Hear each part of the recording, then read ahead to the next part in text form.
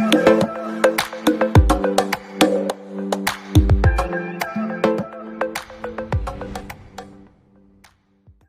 dipisah lagi.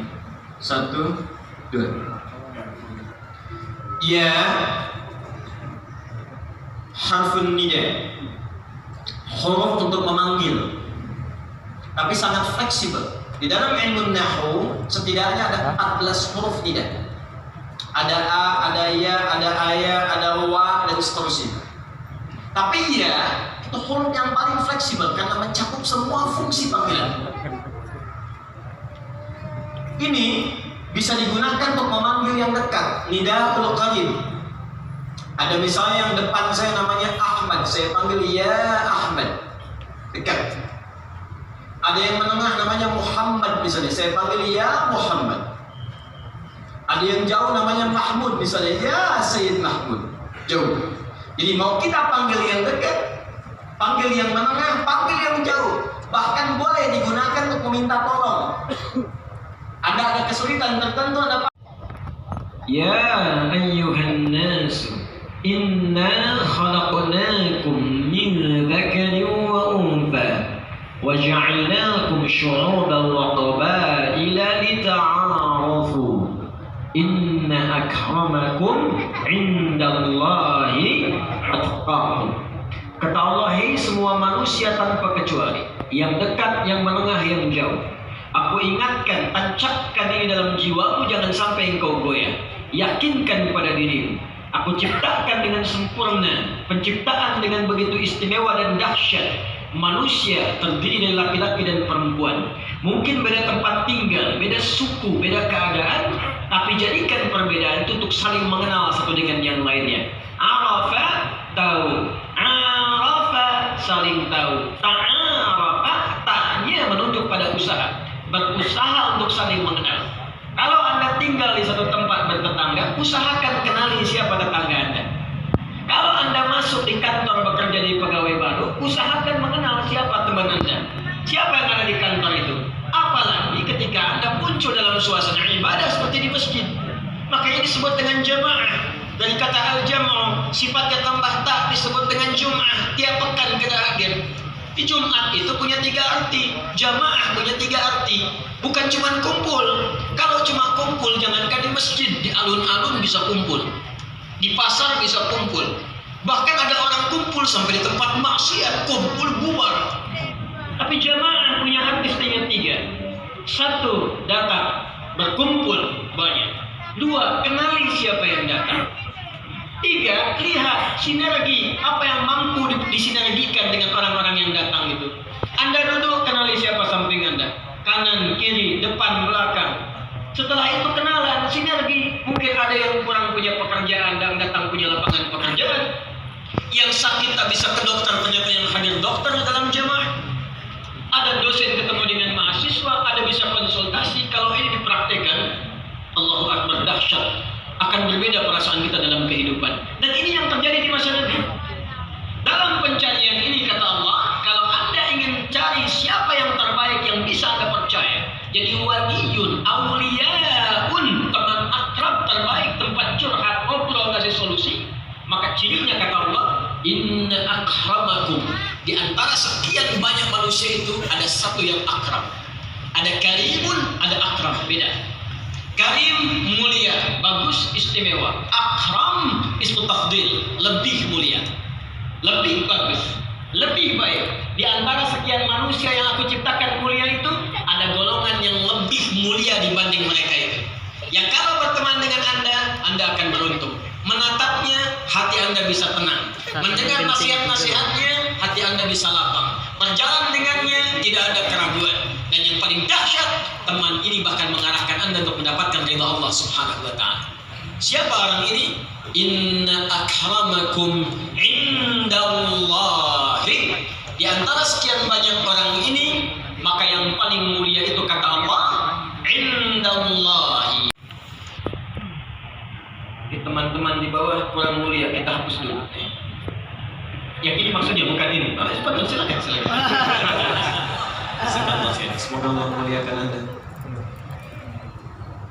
Allahumma shalli alaihi. Masya Allah. Jazakallahu khair.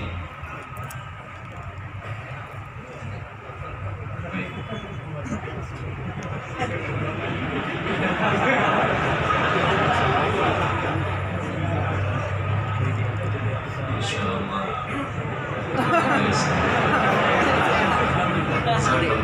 Makasih Mas. Ya ayyuhan nas. Ayo. Ya, biar cepat. Yang tadi sudah hafal ya? Ya, indallahi. Jadi inna akramakum pakai inna tadi sudah saya jelaskan, jadi tidak perlu saya ulang kembali. Harfu tawkid wa nasb tansibul isma tarfal khabar mabniun 'ala al-fath la mahalla lahu min al-i'rab. Sudah saya jelaskan. Inna akramakum. Kalau ada teman umum, manusia umum, semua mulia. Sepanjang dia tidak keluar dari jalur kemuliaannya. Di antara mereka itu ada yang lebih baik. Disebut mulia itu indallah, menurut Allah. Allah yang menetapkan dia mulia. Awas, garis bawah ini. Kalau orang Lampung menyebut Anda orang baik, maka orang Jakarta belum tentu menilai Anda baik. Kalau orang Jakarta menyebut Anda baik, maka orang Medan belum tentu mengenal Anda baik. Se-Indonesia menyebut Anda baik, maka Malaysia belum tentu mengenal Anda. Se-Asia menyebut Anda baik, orang Afrika mimpi pun belum pernah lihat Anda. Tapi kalau Allah menyebut Anda baik, maka semuka langit dan bumi akan mengatakan Anda yang terbaik. Nabi Muhammad SAW ketika dipuji oleh Allah, wa innaka la'ala khuluqin 'azim. Engkau itu manusia yang luar biasa, baik akhlaknya, adabnya, kemuliaannya, semua mengakui batu. Abu Jahal sejahal-jahalnya itu tetap mengakui dalam jiwanya bahwa Nabi itu orang baik. Cuman karena takut tersaingi, jadi akhirnya nggak suka, tapi dalam dirinya mengakui Nabi baik. Karena itu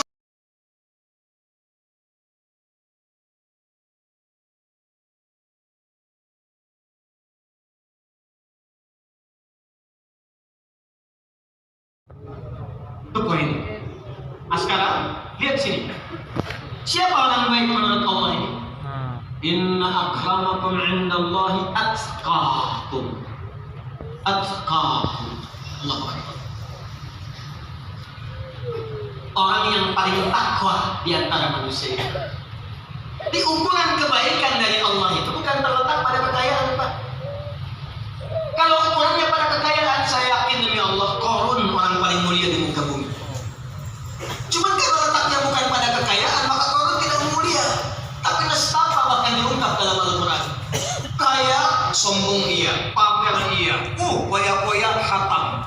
Ria nggak ada saingan, semuanya sempurna dalam semua keburukannya dengan hartanya. Kalau Anda buka Quran misalnya, surat Al-Qasas itu, surat ke-28 ayat 76, 77, 78 nya jelas. Inna Qaruna kana min qaumi Musa fa bagha 'alaihim. Qarun termasuk kaumnya Musa, hidup di zaman Musa. Cuman sayang dia berlebihan dan sombong dengan hartanya. Kalau bagha itu sombong dengan harta benda. Kalau bagha itu sombong dengan kedudukan. Makanya Fir'aun disebut bagha. Idhab ila Fir'auna innahu bagha.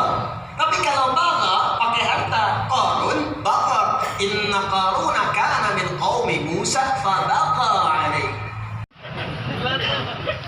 Kalau sombong tidak ada masalah. Silakan kaya sekaya-kayanya. Gunakan kekayaan itu untuk ibadah, itu versinya. Wabtaghi fima ataqallahu daral akhirah. Jadi orang dulu itu nyari kaya itu buat bisa ibadah. Anda bagaimana bisa zakat kalau nggak ada uangnya? Gimana bisa infak kalau nggak ada hartanya? Divisinya itu kalau kaya itu gampang, Pak. Yang susah itu bagaimana memanage kekayaan supaya Allah ridha. Nggak apa-apa kaya, beli Ferrari, pakai sungguhan ke Masjid Al-Quran. Yang satu bawa Lamborghini, Masya Allah. Yang satu bawa Lamborghini itu angkot. Ada masalah. Mendekat pada orang-orang yang punya kedudukan ketika hilang jabatan ditinggalkan dikarenakan tak punya teman. Betapa banyak orang mendekat pada Anda saat punya kekayaan, ketika kekayaan hilang maka hilanglah pertemanan itu. Maka jika ingin abadi nilai kebaikan itu, maka ukuran dari Allah atqakum, cari orang paling takwa dalam pandangan Allah. Akhwat cari suami, cari laki-laki yang paling takwa. Laki-laki cari istri yang paling takwa. Jadikan anak-anak paling takwa. Teman di kantor cari yang paling takwa. Tetangga pilih tempat yang paling takwa. Ke masjid cari orang-orang yang takwa. Anda temukan itu, maka kita akan lihat bagaimana jaminan Allah Subhanahu wa taala. Sekarang ada dua hal lagi tugas kita malam hari ini. Pertama, apa ciri-ciri orang takwa ini? Yang kedua, jaminan apa yang Allah berikan ketika Anda menemukan orang-orang seperti itu. Hingga nanti yang ketiga, kita praktekkan saja seperti apa kita bisa mewujudkan dua hal ini. Siap? Kita baru mulai, tadi mau mukadimah. Nanti. Sampai jam berapa kita? Saya akan tulis sebanyak-banyaknya, jam 9 pulang, kawan kita menghapus sampai jam 11. Satu, ciri orang takwa, kalau sudah bicara orang itu berubah. Kalau seorang disebut taqi namanya. Apa namanya? Taqi. Asep at-taqi, kan? Kalau banyakan disebut muttaqun atau muttaqin. Muttaqin, bukan muttaqin. Dia. Maaf, yang pengen takwa itu satu orang saja atau banyak orang? Banyak. Paling gampang gini, siapa yang ingin takwa angkat tangan? Banyak, karena banyak yang pengen takwa, maka Allah Maha Adil. Allah tidak menginginkan satu atau dua orang jadi takwa, tapi semua hambanya diberi jalan untuk bertakwa. Karena itulah ketika Allah menyebutkan kalimat orang takwa pertama dalam Al-Quran, maka kalimatnya disebut dalam bentuk jamak plus ciri-cirinya. Al-Baqarah ayat 2-5. Dzalikal kitabu la raiba fiih. Semua isi Al-Quran jangan pernah diragukan kandungannya. Kalau Anda ragu, maka Al-Quran tidak akan bermanfaat untuk Anda. Kalau ingin dapat faedah dari Al-Quran, yakin jangan ragu. Anda mau bisnis misalnya, keluarkan ayat-ayat bisnis dalam Al-Quran. Praktekkan, jangan ragu. Kata Allah kerjakan, tinggalkan. Begitu Anda kerjakan dengan benar, sukses Anda. Kata Al-Quran, begini cara belajar, begini cara ibadah, begini cara menghafal, begini cara mengulang. Kerjakan, jangan ragu. Anda sedikit saja ragu, selesai. Termasuk ketika Anda menghafal Quran. Kata Quran mudah, jangan ragukan. Begitu ragu, sulit. Sekarang kembali ke sini. Dzalikal kitabu la raiba fiih. Isi Al-Quran jangan pernah diragukan kandungannya. Perhatikan. Hudal lil muttaqin. Maka semua isinya akan memberi petunjuk pada orang-orang yang bertakwa. Pakai alif lam di ta'rif. Alif lamnya menunjuk pada orang-orang spesial. Seakan-akan Allah ingin mengatakan begini, orang takwa ini orang-orang spesial, beda dengan orang biasa. Nah, ketika kita bertanya, ya Allah siapa orang-orang ini, apa cirinya? Maka diturunkanlah kemudian ciri-ciri plus amalannya yang mendorong kita untuk masuk ke dalam kategorinya. Satu, alladzina yu'minuna bil ghaib wa yuqimunas shalah. Perhatikan, Allah tidak mengatakan alladzina amanu tapi yu'minun. Orang takwa ciri pertama adalah alladzina, disebutkan 1080 kali dalam Al-Quran, menunjuk pada semua kalangan tanpa batas. Ismun mausulun yadullu ala jamil jam'iyah. Huruf sambung menunjuk pada makna jama' tanpa batas. Laki-laki, perempuan, besar, kecil, tua, muda, berkelompok, semua tanpa batasan. Artinya, semua hamba berpeluang menjadi orang takwa. Termasuk ahli maksiat. Anda jangan vonis diri Anda. Saya sering katakan begini, Allah lebih mencintai pelaku maksiat yang tobat dibandingkan orang soleh yang tidak pernah merasa salah. Kita itu manusia, nggak ada yang sempurna, pasti pernah berbuat salah. Maka ini ditunjukkan pada kisah Nabi Adam. Ketika berbuat salah dikirimkan kalimat tobat. Fatalaqa Adamu min Rabbih kalimatin fataba alaih. Al-Baqarah 37. Dikirimkan kalimat tobat untuk menegaskan kita ini manusia mungkin salah karena ada nafsu dalam diri kita. Maka turun bimbingan Quran surah 7 ayat 23. Rabbana zalamna wa illam taghfir wa tarhamna lanakunanna minal khasirin. Tak ada yang sempurna. Fala tuzakku anfusakum. Jangan menganggap diri suci. Kita ada nafsu dalam diri kita. Wa ma ubarri'u nafsi inna nafsa la'ammaratun bisu. Mungkin salah. Yang sempurna cuma malaikat, Pak. Yang gak pernah salah cuma malaikat, Bu. Kalau ibu menginginkan suami yang sempurna, nikah sama malaikat sana. Tuh malaikat Israel masih belum ada. Allah. Ya. Papa ini gimana sih? Gitu aja nggak bisa. Kemarin juga begitu, Mama. Papa bukan malaikat.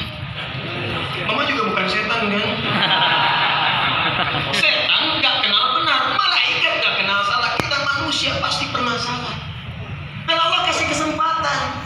Ketika Anda kembali untuk berbuat baik, Anda bisa masuk dalam golongan orang takwa. Bahkan mungkin masuk surga tanpa hisab. Tidak cukup dengan amin, kita ikutin dulu. Siapa sahabat Nabi yang dijamin surga tanpa hisab? Apakah pernah nggak salah selama hidupnya? Tidak. Umar sebelum berislam, berapa banyak kekurangannya? Tapi setelah masuk Islam, hasunah Islamu, baik Islamnya, jadi hikmah kesalahan dulunya. Allah. Begitulah kalau orang-orang tobat dengan benar. Jadi bukan jadi gibah, jadi hikmah, berubah jadi hikmah. Bahkan jadi bahan dakwah. Tapi kalau nggak pernah tobat, jadi aib selama hidupnya, cacian ketika kembali kepada Allah Subhanahu wa taala. Wail kumpul, wail.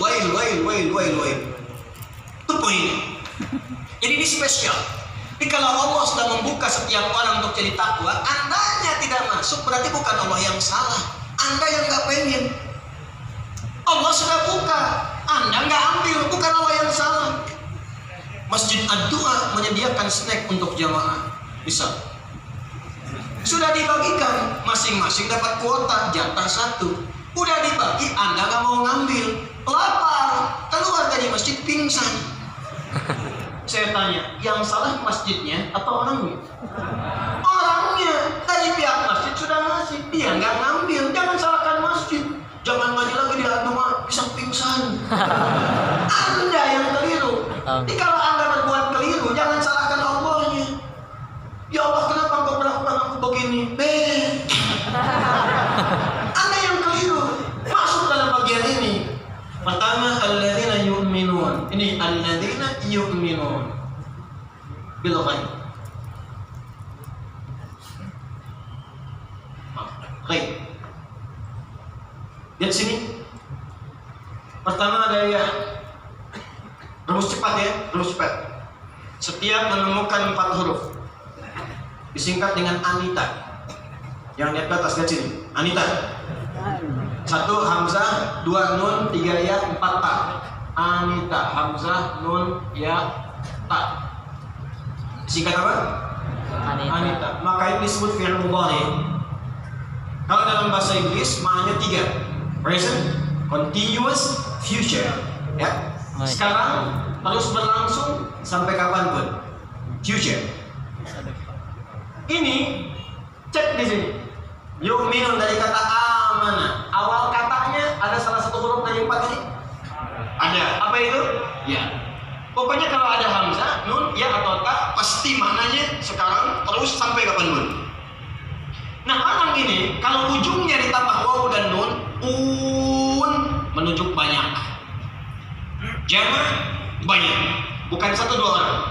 Kalau jadikan perempuan, gender tambah ta di ujungnya. Mukmin laki-laki, jadikan perempuan tambah ta, mukminah. Muslim laki-laki, jadikan perempuan muslimah. Soim laki-laki, jadikan perempuan soimah. Kalau mau dijadikan banyak, tambah di ujungnya. Untuk gender umum, mencakup laki-laki dan perempuan. Kalau perempuan saja tambah at. Ya, muslimin, muslimah. Mu'minun, mu'minah. Soimun, kafirun. Itu tidak ada. Nggak ada kafirat, karena ada bahasa Arab yang cukup mencakup laki-laki perempuan saja. Makanya cukup kuliah ayyuhal kafirun. Nggak pakai kafirat lagi. Hadirin itu nggak ada. Cuman di Indonesia adanya hadirat, di Arab nggak ada. Karena hadirin itu perlu pakai hadirat lagi, cuman di Indonesia. Secara nahu tidak salah, cuma penempatan jangan dipakai. Ya. Kembali ke sini, dia cara mengartikannya. Syarat pertama jadi orang takwa adalah mereka. Kalau mereka berarti banyak. Ngajak kita semua tanpa kecuali. Apakah orang takwa yang di dalam masjid saja? Tidak. Anda yang di luar, di sebagian tenda, 70 tenda, sampai ke jalan, semua diajak oleh Allah. Makanya pakai ya, dekat, menengah, jauh, ayo semua jadi takwa. Dengan apa yang kita bisa mampu. Syarat pertama kata Allah, mereka senantiasa mengupgrade keimanannya. Bukan cuma beriman sekarang, terus kapanpun, dimanapun dia meningkatkan imannya kepada Allah, walaupun tak tampak dalam pandangannya. Gaib tak tampak dalam pandangan. Sifat Allah disebut gaib karena belum tampak sekarang dalam pandangan kita. Nanti insya Allah ada masanya kita diperkenankan menatap Allah Subhanahu wa Ta'ala. Ada masanya. Itu di Quran surah 75 ayat 22 sampai 23. Dan itu lebih indah dibandingkan surga yang mungkin Allah berikan kepada kita dengan izinnya. Wujuhu yawma idzin nadhirah. Ada wajah-wajah yang berbinar gembira. Bukan karena masuk surganya, ila rabbiha nadhirah, karena dia bisa menatap Rabb yang sangat dirindukannya, tak pernah dilihat saat dia berada di dunia. Setelah itu teruskan. Alhamdulillah syarat iman kita dapat. Tapi terus di-upgrade. Jangan sampai di masjid beriman, di rumah tidak. Di rumah beriman, di kantor tidak. Di kantor beriman, di jalan tidak. Awas, jaga iman. Orang takwa pertama, kalau Anda ingin dikatakan beriman, naik ke takwa, maka iman dijaga di setiap keadaan. Jaga setiap kondisi. Karena kata Nabi, ada orang pagi-pagi beriman, sorenya kafirah. Ada orang sorenya beriman, paginya kufur. Ada orang pagi beriman, siangnya luntur. Ada orang pagi beriman, paginya udah luntur. Lihat, iman itu membimbing tubuh kita. Begitu beraktivitas, iman langsung muncul. Makanya sering saya katakan di Quran, setiap ini beraktivitas, imannya disebutkan dulu. Qul lil mu'minin, katakan pada orang-orang beriman, yaghuddu bil absarihim, matanya akan dibimbing oleh imannya. Iman membimbing mata. Makanya kalau imannya di-upgrade, kemanapun dia berjalan, mata nggak akan sembarangan, Pak. Coba lihat berapa kali Anda lihat handphone. Saya mau katakan dia upgrade imannya dalam sehari. Dan berapa kali mata kita itu berpotensi melihat yang salah di handphone itu. Kalau imannya benar-benar di-upgrade, akan dilihat yang salah itu dipalingkan oleh Anda. Itu baru di handphone Anda yang tiap hari bahkan muncul di saku. Anda mengaku beriman kepada Allah, pengen di-upgrade, pengen masuk golongan orang takwa. Berapa banyak video yang tidak bagus, gambar tailok masuk dalam handphone Anda dan Anda masukkan ke dalam saku, dipakai dalam sholat. Apa nggak malu Anda kepada Allah? Dan Anda pengen jadi orang takwa, mustahil. Maka mulai dengan baik, upgrade imannya. Nah, untuk menguatkan keimanan itu butuh latihan. Latihan pertama, kalau Anda pertama ingin cari orang baik, ingat, cari orang takwa, cirinya pertama bukan sekedar beriman, bukan sekedar alladzina amanu, tapi alladzina yu'minun. Teman pertama, cari orang yang kualitas imannya senang mengupdate iman. Nih, di kampus, di rumah tangga yang sudah menikah, update imannya.